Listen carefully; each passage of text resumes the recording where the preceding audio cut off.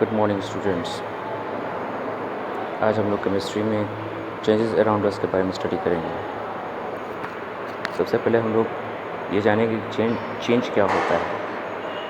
हमारे आसपास में जो भी जितने भी चेंजेस होते हैं हम उसे ऑब्ज़र्व करते हैं, हम उसे देखते हैं, हम उसे पाते हैं कि किसी न किसी चीज़ में चेंजेस हो ही रहा है। एज़ फॉर एग्ज़ाम्पल हम लोग आइस क्यूब को लेते हैं। हम सभी ने आइस क्यूब को देखा होगा। जब उसे रेफ्रिजरेटर से बाहर निकाला जाता है तो वो एक सॉलिड फॉर्म में रहता है, लेकिन जैसे ही वो रूम टेम्परेचर पे आता है तो वो मेल्ट होना स्टार्ट कर देता है। यानी ये क्या है, एक तरह का चेंजेज है, राइट। ऐसे बहुत सारे चेंजेस देखने को मिल सकते हैं। Rusting of iron, drying of clothes, shedding of leaves by tree, growth of sapling, children and other young animals, position of the sun in the sky, melting of ice, burning of fuels। ये जितने भी हैं एक तरह का changes है जो देखने को मिल सकता है। अब हम बात करते हैं परमानेंट चेंज के बारे में।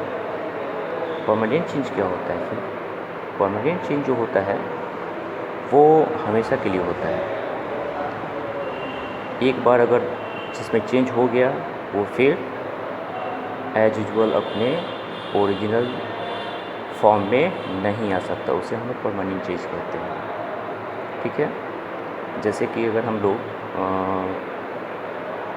लकड़ी को बर्न करते हैं, वुड को बर्न करते हैं, तो बर्न करने के बाद से फिर अगर हम चाहेंगे तो वैसा ही लकड़ी हमें नहीं मिल सकता।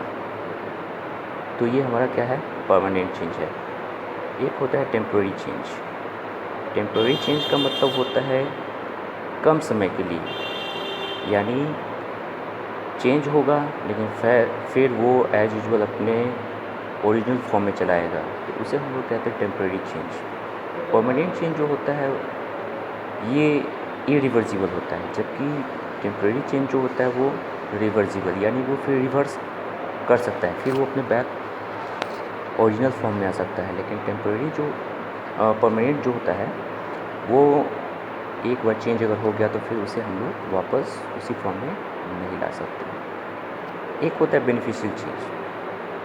बेनिफिशियल यानी हमारे लिए बहुत ही यूज़फुल हो सकता है, जैसे रिपनिंग ऑफ फ्रूट, ये एक तरह का क्या है, बेनिफिशियल चेंज है। मिल्क से कर्ड बनना, ये भी एक तरह का क्या है, बेनिफिशियल चेंज है, राइट। एक होता है हार्मफुल चेंज। हार्मफुल चेंज का मतलब यानी एक बार हमने खाना जो पका लिया, बना लिया, तो पकने के बाद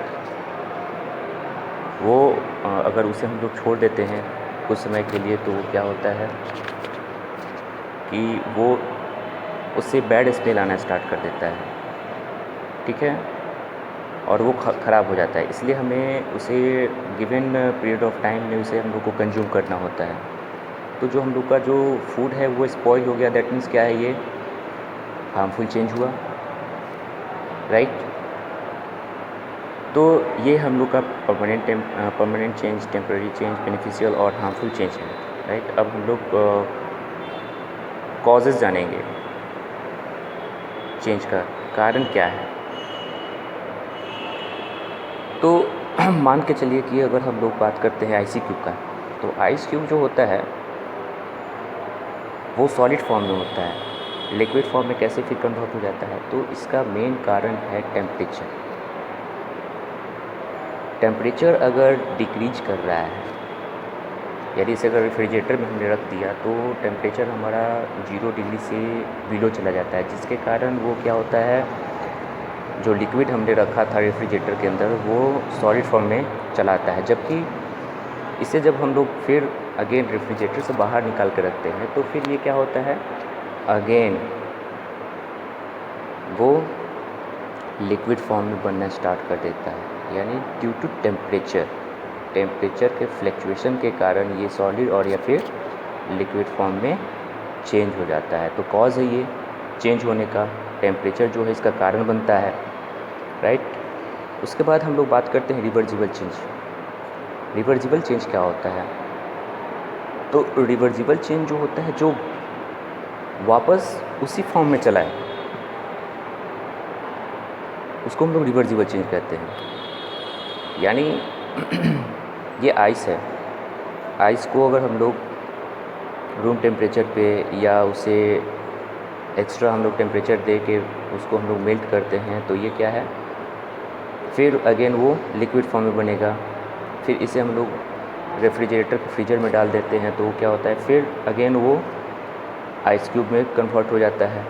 तो ये क्या है, रिवर्स, यानी बैक उसी फॉर्म में चला आता है। तो ये इसे हम लोग रिवर्सिबल चेंज कहते हैं।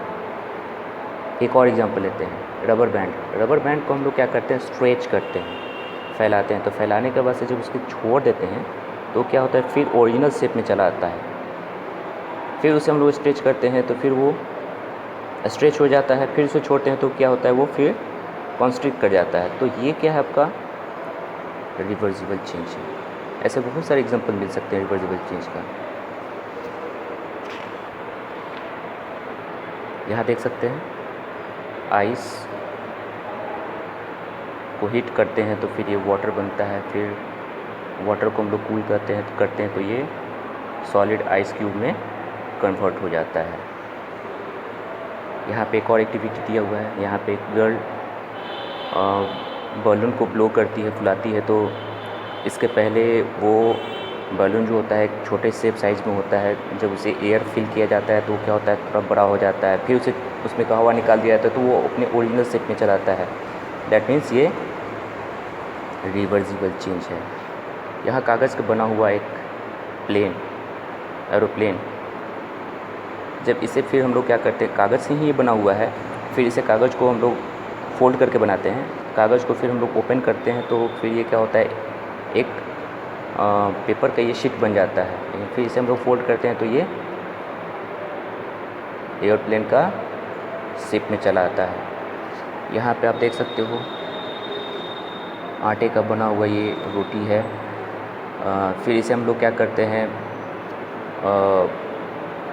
मोड़ करके और फिर इसे हम लोग लोइया में कन्वर्ट कर सकते हैं। फिर लोइया को फिर इसके ऊपर तावे पर रख करके जब बेलन चलाते हैं तो फिर ये गोल शेप में चला आता है ये, ठीक है। तो ये भी क्या एक तरह का रिवर्सिबल चेंज है, राइट।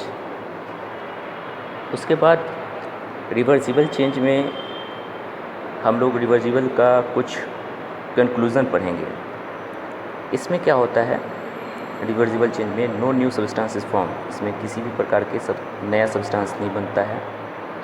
चेंज जो होता है वो टेम्पररी होता है, यानी फिर वो अगेन उसी वापस फॉर्म में चला आ सकता है। ये original substance can be obtained, यानी ओरिजिनल सब्सटेंस में इसको कन्वर्ट किया जा सकता है, लाया जा सकता है। The change can proceed in both the direction, यानी ये दोनों डायरेक्शन में, यहाँ पे देख सकते हैं आप, दोनों डायरेक्शन में, एक फॉरवर्ड एक बैकवर्ड, तो ये किया जा सकता है।